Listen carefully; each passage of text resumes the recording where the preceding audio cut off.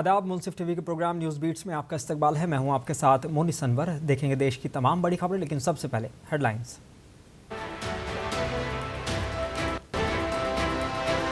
भ्रष्टाचार पर कार्रवाई की मांग को लेकर 11 अप्रैल को अनशन करेंगे कांग्रेस नेता सचिन पायलट। बोले सीएम को कई खत लिखे लेकिन नहीं हुई कोई कार्रवाई।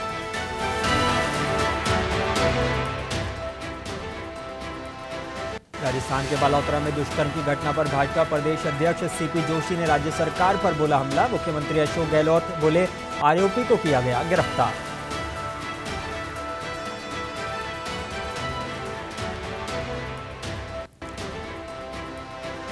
रांची मॉब लिंचिंग मामले में पुलिस ने 3 आरोपियों को किया गिरफ्तार। चोरी के आरोप में पीट कर की गई थी 21 वर्षीय युवक की हत्या।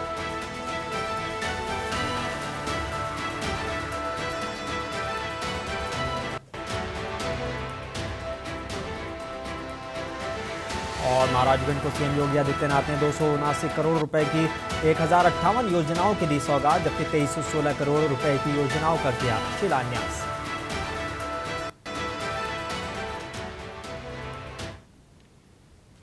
और बुलेटिन की शुरुआत करेंगे कुछ अहम और बड़ी खबरों के साथ। अयोध्या पहुंचे महाराष्ट्र के मुख्यमंत्री एकनाथ शिंदे ने प्रेस वार्ता की। प्रेस वार्ता में उत्तर प्रदेश के जल शक्ति मंत्री स्वतंत्र देव सिंह भी मौजूद रहे। इस दौरान उन्होंने कहा कि अयोध्या और राम मंदिर हमारी आस्था का विषय है, ये हमारी भावनाओं से जुड़ा है।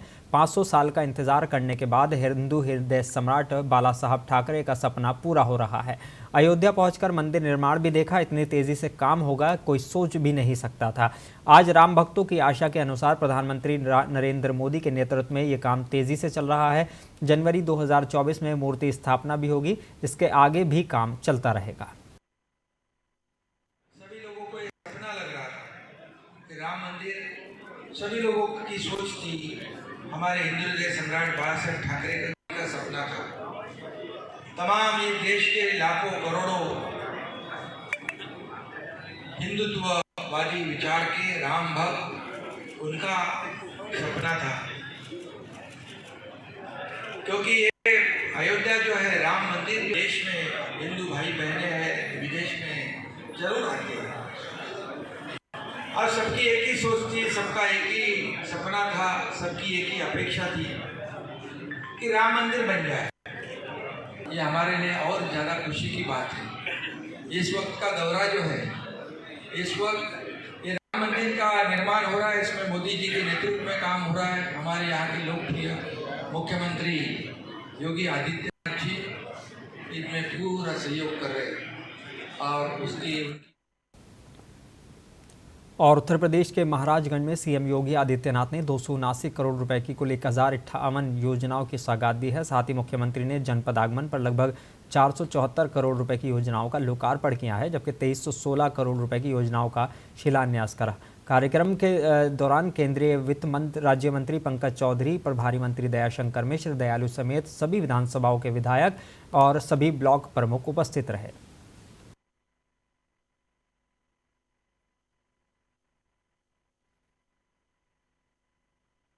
कोई सोचता था कि महाराजगंज में भी मेडिकल कॉलेज का निर्माण होगा। पहले तो पूर्वी उत्तर प्रदेश में केवल गोरखपुर में बीआरडी मेडिकल कॉलेज था। आज गोरखपुर में एम्स भी खुल गया है। कुशीनगर में मेडिकल कॉलेज बन रहा है। देवरिया में मेडिकल कॉलेज चालू हो गया है। सिद्धार्थनगर में प्रारंभ हो गया है। बस्ती में प्रारंभ हो चुका है। बलरामपुर में बन रहा है। बहराइच में प्रारंभ हो चुका है। गोंडा में भी बन रहा है।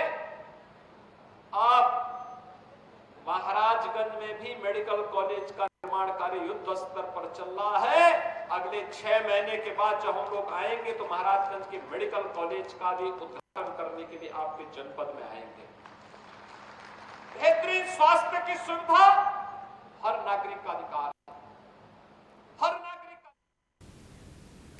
और शाहजहाँपुर में पीडब्ल्यूडी मंत्री जितिन प्रसाद और कैबिनेट मंत्री सुरेश खन्ना ने रामलीला ग्राउंड में जनसभा की, जहां उन्होंने 194 करोड़ रुपए की सड़कों का शिलान्यास किया। उन्होंने कहा कि करीब 55 परियोजनाओं में लगभग 118 किलोमीटर की सड़क का निर्माण किया जाएगा। थाना कांड से मदनापुर रोड और कुर्रिया कला रोड बनने से न केवल क्षेत्र के लाखों ग्रामीणों को सहूलियत मिलेगी, बल्कि क्षेत्र में विकास भी होगा। बता दें कि इस रोड के बनने के बाद कुर्रिया कला रोड से हरदोई की दूरी कम हो जाएगी।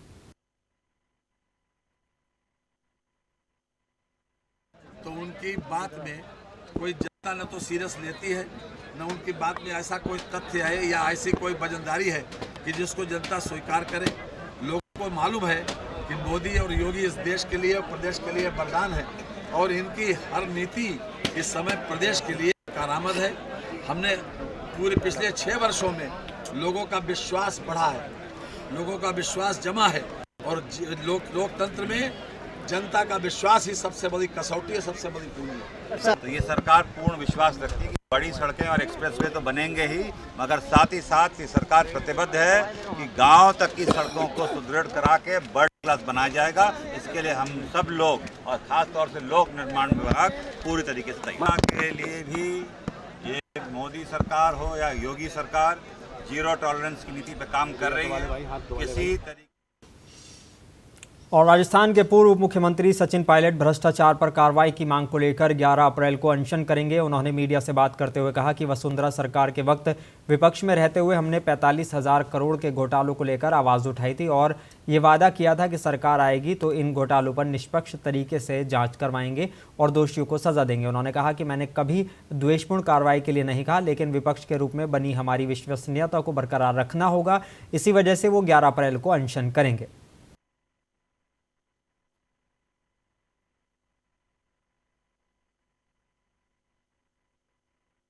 समय बहुत ही कम रह गया है, इसलिए आज मुझे करना पड़ा। नहीं तो मैं तो चिट्ठी, आपको पता है चिट्ठी लिखी है मैंने, आज 1 साल से ऊपर हो गया। आज मैं क्यों बोल रहा हूँ, ये नहीं कि मैं आज सो के जागा हूँ, मैं तो बहुत पहले से कहता आया हूँ, फिर चिट्ठा लिखता आया हूँ, आग्रह करता आया हूँ। अब जब नहीं हो रही कार्रवाई, इसलिए मुझे अनशन करना पड़ी। मैं तो एक इशू उठा रहा हूँ जो मेरे कार्यकाल में अध्यक्ष में था, हम सब लोगों ने उठाए थे और कई बार कहा था, उस पर कार्रवाई हो, ये मैं चाहता हूँ। इतना मेरा लिमिटेड ऑब्जेक्टिव है।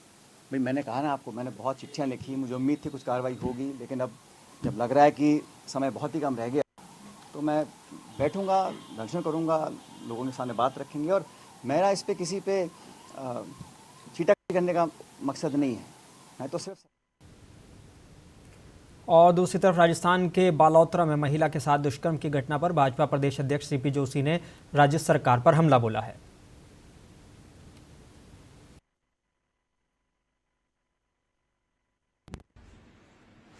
बालोतरा की घटना शर्मसार करने वाली है। राजस्थान में आए दिन इस प्रकार की घटनाओं से बच्चियों में, महिलाओं में, माताओं बहनों में एक भय का वातावरण बना है और दुर्भाग्य है कि बालोतरा में उस महिला के साथ दुराचार किया गया, जला दिया गया, लेकिन पुलिस प्रशासन ने उसकी अनदेखी की। 6 तारीख को घटना हो गई, अपराधी को गिरफ्तार कर लिया, तो किसके दबाव में उसके ऊपर केस बाद में दर्ज किया गया? क्यों, अगर वन यूनिट बालोतरा में नहीं थी तो उसको रेफर जोधपुर क्यों नहीं गया? इसकी मौत का जिम्मेदार कोई है तो राजस्थान की सरकार है।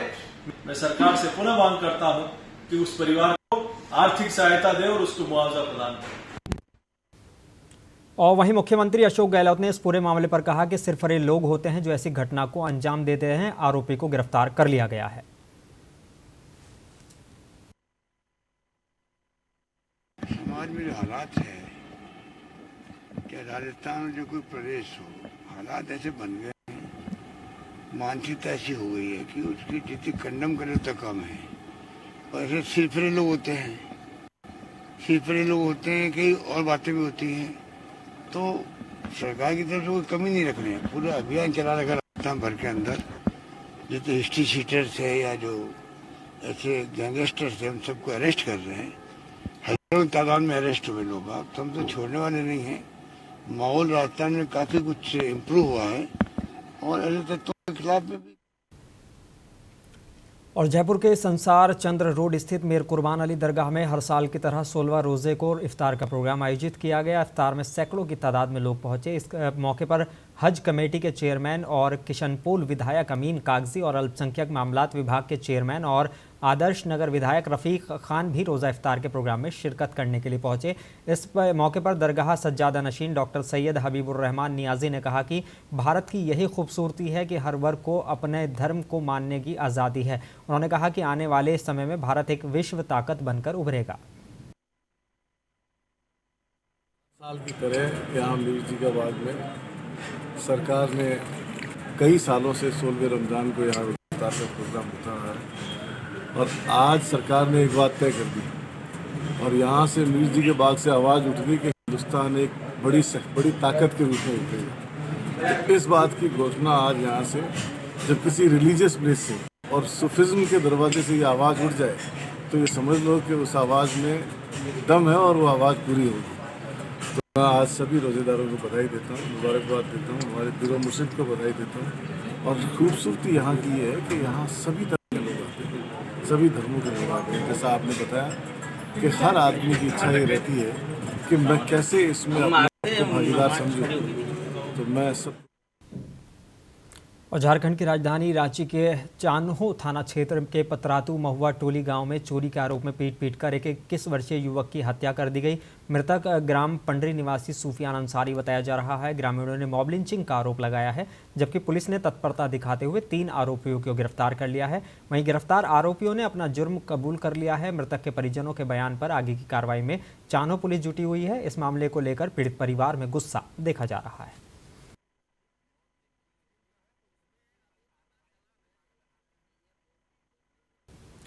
और झारखंड के गढ़वा में भी संदिग्ध परिस्थितियों में युवक की मौत होने के बाद ग्रामीणों ने जमकर बवाल काटा। ग्रामीणों का आरोप है कि पुलिस की पिटाई से युवक की मौत हुई है, जबकि पुलिस का कहना है कि अपने ही ट्रैक्टर से नीचे दबकर युवक का घायल हो गया था और अस्पताल में इलाज के दौरान उसकी मौत हो गई है। बहरहाल मामले में पुलिसकर्मियों के खिलाफ हत्या की प्राथमिकी भी दर्ज की गई है। परिजनों का आरोप है कि वसीम शहजादा अपने नैनिहाल में सोया हुआ था। इसी क्रम में पुलिस के सीनियर पदाधिकारी उसे उठाकर ले गए और थाने में उसके साथ जमकर मारपीट की। और उत्तर प्रदेश के जिला सिद्धार्थनगर के त्रिलोकपुर पुलिस और एसओजी की संयुक्त टीम ने 7 गौ तस्करों को गिरफ्तार किया है। पुलिस ने तस्करों के पास से एक स्विफ्ट डिजायर कार, एक डीसीएम और 18 गोवंश सहित 7 एंड्रॉयड फ़ोन और 10,000 रुपये बरामद किए हैं। अभियुक्तों को सिद्धार्थनगर बलरामपुर बॉर्डर के बिस्कोहर पेट्रोल पंप के पास से गिरफ्तार किया गया है। सीओ डुमरियागंज राणा महेंद्र प्रताप सिंह ने मीडिया को जानकारी दी।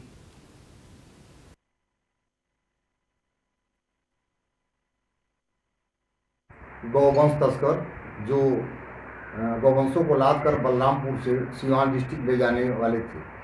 इस सूचना पर मेरे द्वारा एक टीम गठित की गई, जिसमें search branch team, SOG team और थाने की पुलिस को रखा गया। तीनों टीमों के ने रात में घेराबंदी कर एक गाड़ी पकड़ी डीसीएम, जिसमें और गिरडी और कोडरमा में रेल सुविधा विस्तार को लेकर गिरडी जिला चैम्बर ऑफ कॉमर्स ने केंद्रीय शिक्षा राज्य मंत्री अन्नपूर्णा देवी के साथ बैठक की, जिसमें न्यू गिरडी से रांची के लिए ट्रेन की स्वीकृति पर चैम्बर के पदाधिकारियों ने मंत्री अन्नपूर्णा देवी को धन्यवाद दिया। इस दौरान पारसनाथ से मधुबन होते हुए न्यू गिरडी स्टेशन तक के लिए स्वीकृत नई रेल लाइन का निर्माण पूर्ण रूप से केंद्रीय रेल मंत्रालय के कोष से पूरा कराने का अनुरोध चैम्बर के पदाधिकारियों ने किया। मांग को अपनी ओर से आप लोगों के बीच हम रखना चाहेंगे। जो माननीय प्रधानमंत्री जी का भी हमेशा से प्रधानमंत्री जी कहते हैं, सबका साथ सबका विकास, बगैर सबके साथ के विकास नहीं हो सकता। तो एक विद्यालय के लिए स्कूल विभाग की ओर से विद्यांजलि पोर्टल है, उसमें उसकी खास बात है, खासियत है कि उसके माध्यम में विद्यांजलि में आप अगर जाएंगे तो आप किस विद्यालय से पढ़े हैं, आप उस विद्यालय को सर्च करें। अगर आप वहाँ कुछ सहयोग देना चाहते हैं तो विद्यार्थी उस पोर्टल के माध्यम से आप उसको सहयोग दे सकते हैं। बहुत सारे ऐसे हजारों लोग जुड़े हुए हैं कि जो या तो अपने विद्यालय में अन्य कहीं भी अगर वो कोई भी 11 अप्रैल को रांची में भाजपा के द्वारा सचिवालय घेराव कार्यक्रम को लेकर गढ़वा पहुंचे चतरा के सांसद सुनील सिंह ने कार्यकर्ताओं के साथ बैठक की। उन्होंने गढ़वा जिले में बड़ी संख्या में कार्यकर्ताओं को रांची पहुंचने का आह्वान किया। उन्होंने हेमंत सरकार पर निशाना साधते हुए कहा कि इस सरकार के कार्यकाल में भ्रष्टाचार, महिलाएं, आदिवासी, दलित के प्रति अत्याचार चरम पर है, युवा बेहाल है, जिसे लेकर भाजपा के द्वारा 11 अप्रैल को सचिवालय का घेराव किया जाएगा। अब सबको पता है कि राज्य में जो हेमंत सरकार चल रही है, इसके कार्यकाल में भ्रष्टाचार, महिलाओं के प्रति अत्याचार, आदिवासी दलित के प्रति अत्याचार, ये चरम पर है। और इसलिए प्रतिपक्ष में अपनी भूमिका के निर्वहन के नाते भाजपा का ये दायित्व बनता है कि इस नाराजगी को अभिव्यक्ति का स्वर प्रदान करें। और इसी दृष्टि से 11 अप्रैल को रांची में पूरे प्रदेश के लोग झारखंड के सचिवालय को घेर कर हेमंत सरकार के बर्खास्त करने की मांग करें। और भागलपुर के नवगछिया के गोपालपुर थाना क्षेत्र अंतर्गत डिम्हा गांव में एक अभियुक्त प्रदीप मंडल को पकड़ने गई पुलिस के साथ ग्रामीणों की झड़प हो गई थी, जिसमें ग्रामीणों ने पुलिस को बेरहमी से पीट कर घायल कर दिया था। इस मामले में पुलिस ने केस दर्ज कराया है और गांव के तकरीबन 350 से 375 लोगों को नामजद बनाया गया है। पुलिस का बोलना है कि फिर वो जो बच्चे के साथ मारपीट किया, जिसके 6 दिन का बच्चा था, हमने पूछताछ किया पुलिस से, वो इनकार किया। तो भी हम जांच कराएंगे। पब्लिक का ये शिकायत है कि पुलिस के द्वारा। और बिहार के सहरसा में पूर्व सांसद सह जन अधिकार पार्टी के राष्ट्रीय अध्यक्ष पप्पू यादव, सहरसा के गांधी पथ स्थित वीआईपी पार्टी के नेता स्वर्गीय दिनेश निषाद, राजद नेता स्वर्गीय राजकुमार शर्मा, समाज सेवी स्वर्गीय कमल शाह के घर पर मातमपोशी के लिए पहुंचे। इस दौरान पूर्व सांसद पप्पू यादव मीडिया से रूबरू हुए, जहां उन्होंने गृह मंत्री अमित शाह को लेकर जमकर बरसे। इस दौरान उन्होंने बिहार शरीफ में हुई घटना की निंदा की।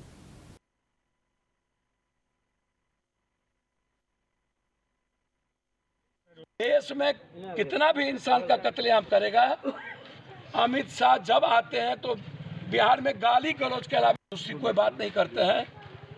कभी भी बिहार और बिहारी की बात, बेरोजगारी की बात, बाढ़ की बात, मक्का की बात, फैक्ट्री की बात नहीं करता। कोई घटना घटती है तो किसको बेनिफिट होता है? पॉलिटिकल पार्टी को। दंगा में सबसे ज्यादा घटना किसको होगा? कौन सबसे ज्यादा किसको बेनिफिट होगा? पंचायत के गेड़ाबाड़ी बाजार स्थित अंबेडकर चौक पर कांग्रेस पार्टी की ओर से जय भारत सत्यमेव जयते सत्याग्रह कार्यक्रम के तहत नुक्कड़ सभा का आयोजन किया गया। आयोजित नुक्कड़ सभा कार्यक्रम की अध्यक्षता कांग्रेस के प्रखंड अध्यक्ष अमरजीत यादव ने की, जबकि मौके पर कांग्रेस नेत्री संयोगिता सिंह, पूर्व विधायक पूनम पासवान, जिला अध्यक्ष प्रेम राय आदि मुख्य रूप से मौजूद थे। नुक्कड़ सभा को संबोधित करते हुए पूर्व विधायक पूनम पासवान ने कहा कि तानाशाही केंद्र सरकार के खिलाफ हम लोगों को एकजुट होकर आवाज उठाने की जरूरत है।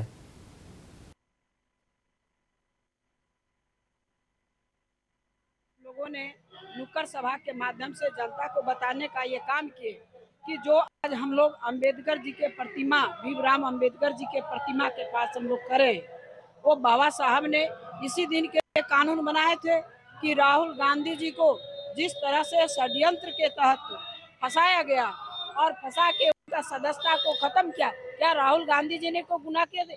राहुल गांधी जी ने एक ही सवाल किए थे कि प्रधानमंत्री जी आप बताइए कि अदानी जी से आपका क्या संबंध है? कितने बार आप विदेश उनके साथ जाने का काम किए और उनकी तस्वीर के साथ में पार्लियामेंट में उन्होंने खड़ा हुए, और उन्हें बताने के सिवा जनता आज भी जानना चाहती है कि क्या रिश्ता है, और रिश्ता को नहीं बताते हुए उन्होंने ऐसा षड्यंत्र।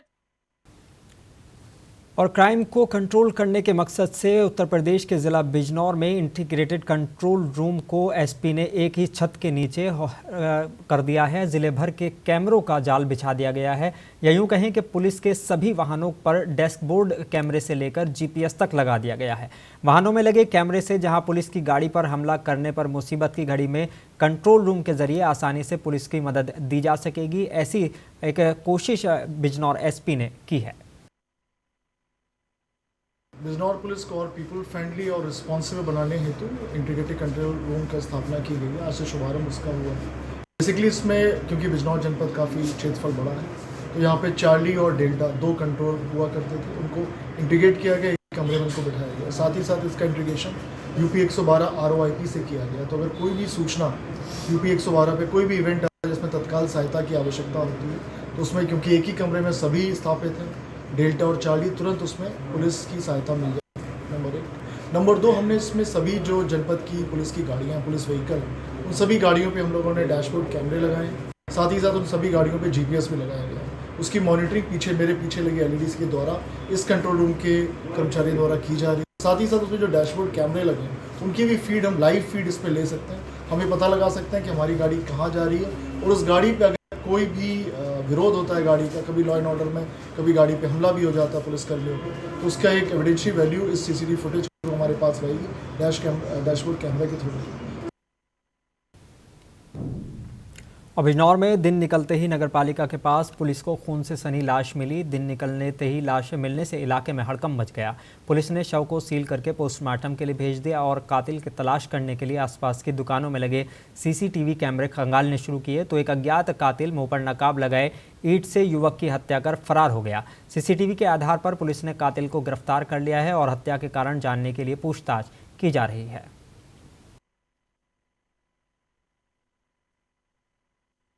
आज सुबह कोतवाली शहर थाने में एक सूचना प्राप्त हुई कि बिजनौर कस्बे में एक व्यक्ति की डेड बॉडी मिली है। पुलिस तत्काल मौके पर पहुंची। डेड बॉडी की शिनाख्त सोनू नामक युवक के रूप में हुई। उसके परिजनों को सूचना दी गई। उसकी डेड बॉडी को पोस्टमार्टम हेतु मोर्चरी भेज दिया गया है। CCTV फुटेज के आधार पर एक व्यक्ति को पुलिस ने हिरासत में लिया, उससे पूछताछ की जा रही है। इस संबंध में अग्रिम विवेचनात्मक कार्रवाई प्रचलित है। और पीलीभीत पुलिस को बड़ी कामयाबी हाथ लगी है। पुलिस ने 1 किलो अफीम के साथ बरेली के एक तस्कर को गिरफ्तार कर जेल भेज दिया है। बरामद हुई अफीम की कीमत अंतर्राष्ट्रीय बाजार में 20 से 25 लाख रुपए बताई जा रही है।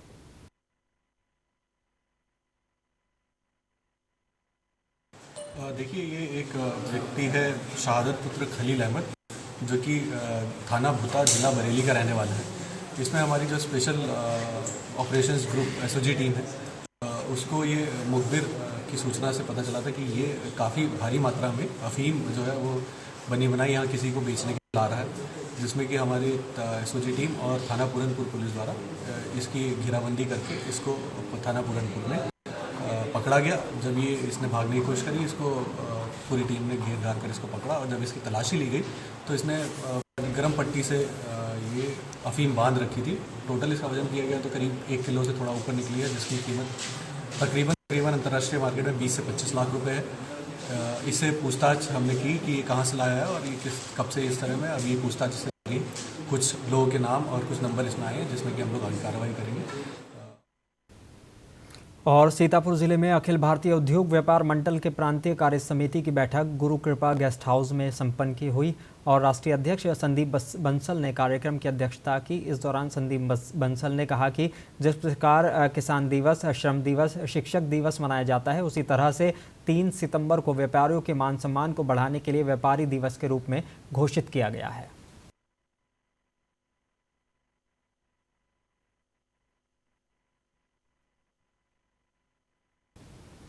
और उत्तर प्रदेश के जनपद अमरोहा के नौगांवा सादात कस्बे के मोहल्ला नई बस्ती में भाजपा के सेक्टर प्रभारी ने अपने कैंप कार्यालय पर जनधन योजना के बैंक खाते निःशुल्क खुलवाए। भाजपा के सेक्टर प्रभारी हाजी शहाबुद्दीन अंसारी ने बताया कि जो लोग गरीब हैं, अनपढ़ हैं, ऐसे लोगों के लिए कैंप कार्यालय पर भारतीय स्टेट बैंक की टीम बुलाकर प्रधानमंत्री जनधन योजना के अंतर्गत बैंक खाते खुलवाए गए हैं।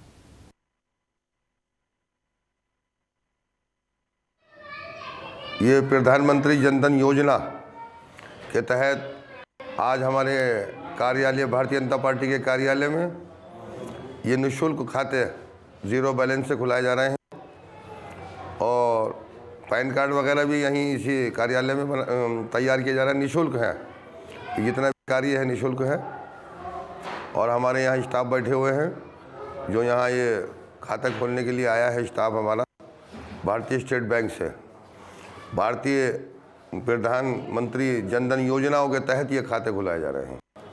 जितने भी मेरे और आखिर में एक बार फिर नजर डालेंगे हेडलाइंस पर। भ्रष्टाचार पर कार्रवाई की मांग को लेकर 11 अप्रैल को अनशन करेंगे कांग्रेस नेता सचिन पायलट। बोले सीएम से को कई खत लिखे लेकिन नहीं हुई कार्रवाई।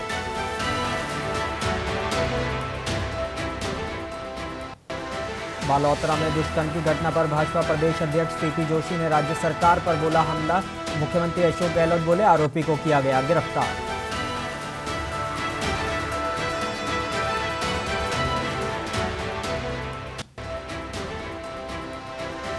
रांची मॉब लिंचिंग मामले में पुलिस ने 3 आरोपियों को किया गिरफ्तार। चोरी के मामले में पीट कर की गई थी 21 वर्षीय युवक की हत्या।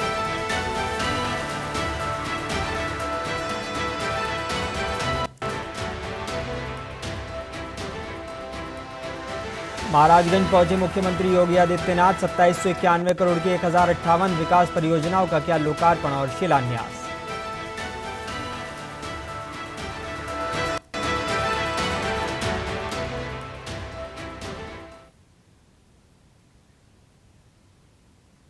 और विदा लेने से पहले अपने दर्शकों को एक बार बता दें कि आपका पसंदीदा चैनल मुंसिफ टीवी न्यूज़ अब हैथवे और डैन पर उपलब्ध है। इसे सब्सक्राइब करने के लिए महज आपको नीचे दिए गए नंबर पर सब्सक्राइब करना है। याद रही ये सेवा सभी यूजर्स के लिए बिल्कुल मुफ्त है। तो अपने मेज़बान मोनी सनवर को दीजिए इजाज़त। आप देखते रहिए मुंसिफ टीवी।